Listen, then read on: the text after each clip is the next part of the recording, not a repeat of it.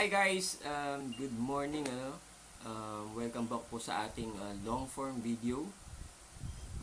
Pag-usapan po natin yung tungkol dito sa in-stream ads, no? Medyo talagang napakarami ngayon kung mapapansin niyo. Napakaraming mga content creator na naghahabol dito sa in-stream ads or dito sa um, criteria, no? Yung criteria ng in-stream ads, which is yung 5,000 followers at yung sa 60,000 minutes of views. Okay, so ayan. So I'm sure maraming rito, no? Relate, no?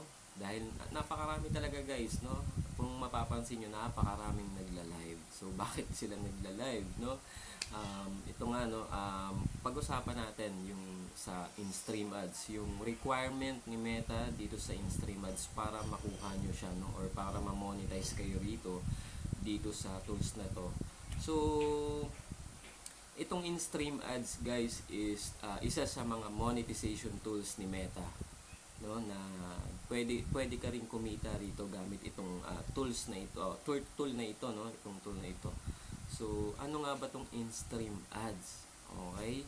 So guys, ito is long form videos katulad nitong ginagawa ko, no. Ito ay long form video na ina-upload natin na nilalagyan ng ads ni Meta. Pwedeng post, pre, tsaka middle, ano.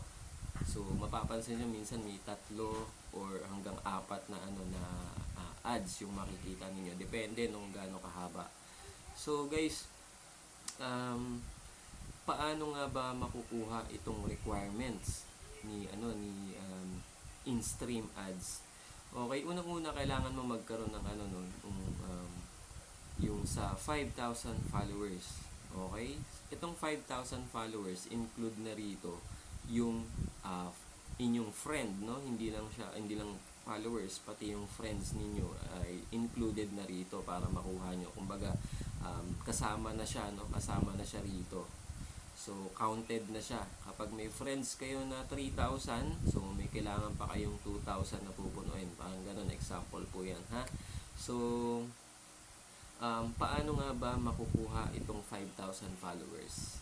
Okay, so, may mga tinuturo tayo, no? Every account kasi is may 5K reach limit, no? Reach limit para dito sa ating account. Pwede tayong magkaroon ng friend or pwede tayong mag-add ng mga friend hanggang 5,000. Okay, kasama na dun yung mga kino-confirm natin na friend request. Okay, guys, pwede nyong gamitin yan, no? Hindi po bawal yan. Pwede kayong mag-add ng friend. Pero syempre, kailangan maging accountable tayo, no? Maging wise din tayo sa pag-add ng friend.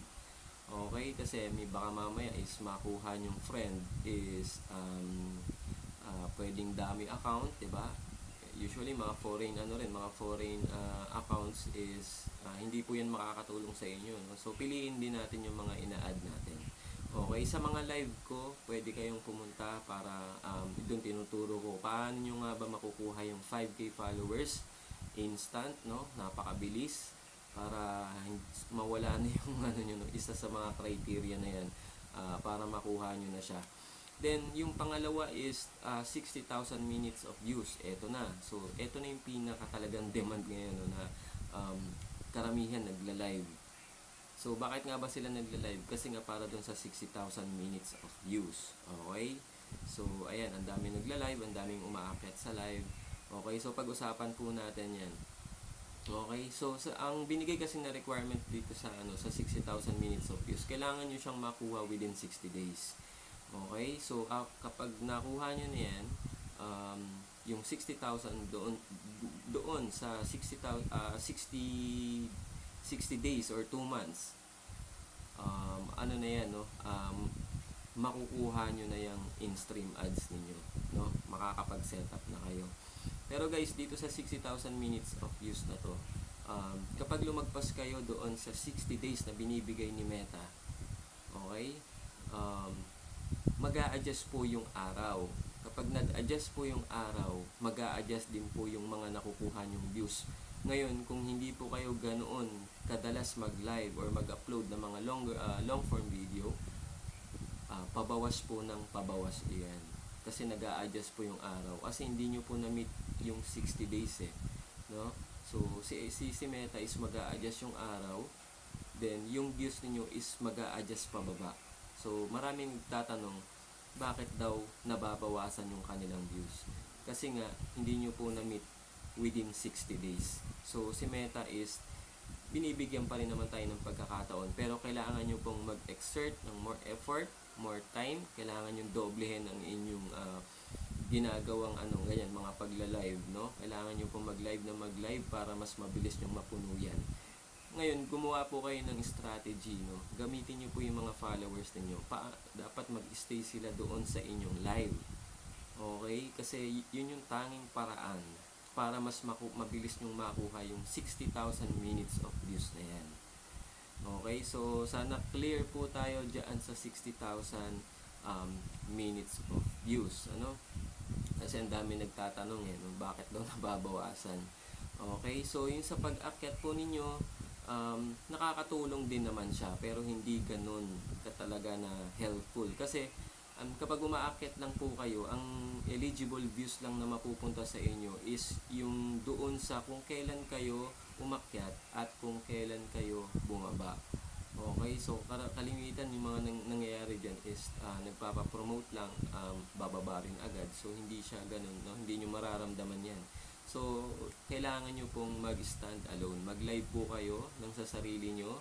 Mag-isip po kayo ng strategy or magtawag kayo kung sino pwedeng manood sa inyo. So mas maraming manonood sa inyo, mas matagal yung live niyo, hours of live niyo, mas mabilis niyo makukuha yung 60,000. Mas marami kayong makukuhang minutes of views every day. Okay? So pag nakuha niyo na po yung in-stream ads niyo at na-set up niyo na po, mag-focus na po kayo sa inyong mga long form videos. Kasi kahit mag-live kayo na mag-live, hindi na po makakatulong sa inyo yan kung nakuha nyo na yung in-stream ads. Kasi yung ads po is for longer video lang or for long form videos na tinatawag. No? So pag nag-live kayo, wala po pag na po yan, kapag naging na siya, kunyari na offline na siya, na i-save nyo na siya sa inyong timeline, hindi po yan magkaka-ads. Ang magkaka-ads lang po is yung mga long form videos na ginawa ninyo. Okay, so sana clear po tayo dito sa in-stream ads at sana nakatulong po ito sa inyo, no? So once again, Junel Talents Agustin po. Ayan, kung hindi pa po kayo naka-follow sa akin, pwede nyo po akong i-follow para mas maging knowledgeable po tayo about dito sa monetization ni Meta. So, thank you po.